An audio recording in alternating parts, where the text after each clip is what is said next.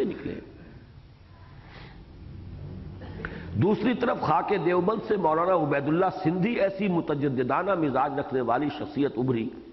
جنہوں نے جدید دنیا کا مطالعہ ہی نہیں بھرپور مشاہدہ بھی کیا اور جدید رجحانات کے زیر اثر ملت اسلامیہ کے لیے تمدن و معاشرت اور معیشت و سیاست کے میدانوں میں ایسی راہیں تجویز کی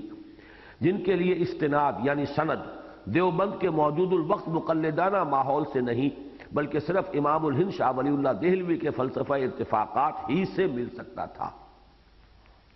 یہ ذرا اب لمبی بات ہے۔ جو سوشل تھاٹ تھا شاہ ولی اللہ دہلوی کا، اس میں چونکہ میں آپ کو بتا چکا ہوں کہ کچھ رجحان تھا اس معاشی عدل اور اس کے لیے زمین کا ایک خاص تصور، ملکیت زمین کے بارے میں ایک رائے، تو مولانا عبید اللہ سندھی چونکہ ان کے مزاج کے اندر بڑی اپج تھی، سوچ ان کی جو ہے گہری تھی، پھر یہ کہ چونکہ انہیں حالات ایسے پیش آ گئے کہ گئے تو تھے وہ افغانستان مولانا محمود حسن دیوبندی رحمۃ اللہ علیہ کے نمائندے کی حیثیت سے کہ وہاں سے مدد حاصل کریں انگریزوں کے خلاف، لیکن وہاں بھی چونکہ ان کے ساتھ وہی معاملہ ہونے والا تھا جو خود حضرت شیخ الہند کے ساتھ ہوا ہے حجاز میں، تو وہ وہاں سے فرار کر کے اور چلے گئے۔ ظاہر بات ہے اب کہاں جا سکتے تھے، روس ہی جا سکتے تھے۔ ایران پر بھی انگریزوں کا اقتدار تھا، ہندوستان میں تو انگریز تھا ہی، آتے ہی دبوچ لیے جاتے، غدار تھے، باغی تھے، تو اب ایک ہی راستہ رہ گیا تھا اور وہ روس چلے گئے۔ روس میں بولشوک ریولوشن تازہ آیا تھا، وہاں وہ ریولوشنری فرور بہت تیز تھا، تو وہ واقعہ میں نے بارہا سنایا ہے آپ کو کہ انہوں نے یہ کوشش کی کہ انہوں نے ایک نظام توڑ دیا ہے، دوسرا نظام ابھی اسٹیبلش نہیں ہوا، اس موقع پر اگر انہیں اسلام کا نظام بتا دیا جائے تو شاید یہ اسی کو قبول کر لیں، یہ ان کی اپنی ایک خوش فہمی کہہ لیں، حسن ظن کہہ لیں، یا یہ کہ وشفل تھنکنگ۔ لیکن یہ کہ بہرحال ٹراٹسکی سے ملاقات کے بعد مایوس ہوئے، لیکن یہ کہ انہوں نے روس کے انقلاب کا مشاہدہ کیا، پھر وہ اور دوسرے ممالک میں گئے، پھر ترکی میں گئے، جیسے کہ کبھی سید جمال الدین افغانی گھومے تھے پورے عالم اسلام کے اندر، ایسے ہی انہوں نے بہت پھر جب دنیا کو دیکھا ہے تو ان کے اندر بڑی وسعت نظر بھی پیدا ہوئی، اور پھر یہ سوشلسٹ بن کر آئے ہیں جب واپس آئے۔ اب اس سوشلزم کے لیے دیوبند کے جو اکابر تھے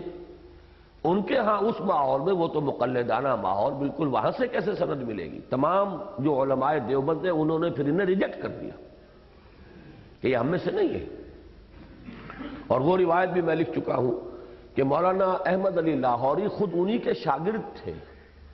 مولانا عبید اللہ سندھی ان کے مربی تھے، لیکن اب جب واپس آئے ہیں وہ جلا وطنی کے بعد تو یہاں ہمارے حاجی عبدالواحد صاحب رحمہ اللہ انہوں نے یہ واقعہ بتایا، چونکہ وہ اس زمانے میں مولانا احمد علی لاہوری کے بہت قریب تھے، تو مولانا عبید اللہ سندھی نے ایک مرتبہ ان سے کہا، یعنی جس انداز میں کہ ایک بزرگ بات کرتا ہے چھوٹے کے بارے میں، مولانا احمد علی ہمارے لیے جو مقام ان کا ہے وہ ہے، لیکن یہ کہ عبید اللہ سندھی کے لیے تو وہ ان کے خرد تھے، یہ کس کام میں لگا ہوا ہے؟ میں نے اس کام کے لیے تیار کیا تھا اسے، کیا پیری مریدی لے کے بیٹھ گیا یہ تبصرہ تھا مولانا عبید اللہ سندھی کا احمد علی صاحب کے بارے میں۔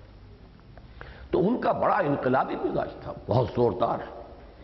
اس فکر کی ایک چھوٹی سی جماعت ہمارے پاس اس وقت ملک میں موجود ہے، مولانا سعید احمد صاحب ہیں اس کے سربراہ ہیں، وہ مولانا عبدالعزیز صاحب رائے پوری جو سرگودھے میں ہوتے ہیں ان کے صاحبزادے ہیں، وہ اس سلسلے کے جو ہیں وہ بزرگ ہیں، یعنی روحانی اور تصوف کے میدان میں مولانا عبدالعزیز صاحب رائے پوری مولانا عبدالقادر رائے پوری کے خلیفہ ہیں،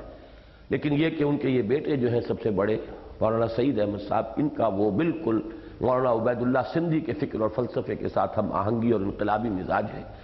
میری کئی دفعہ خواہش ہوئی ہے کہ ان سے ملاقات ہو، لیکن ملاقات کی کوئی شکل نکل نہیں رہی۔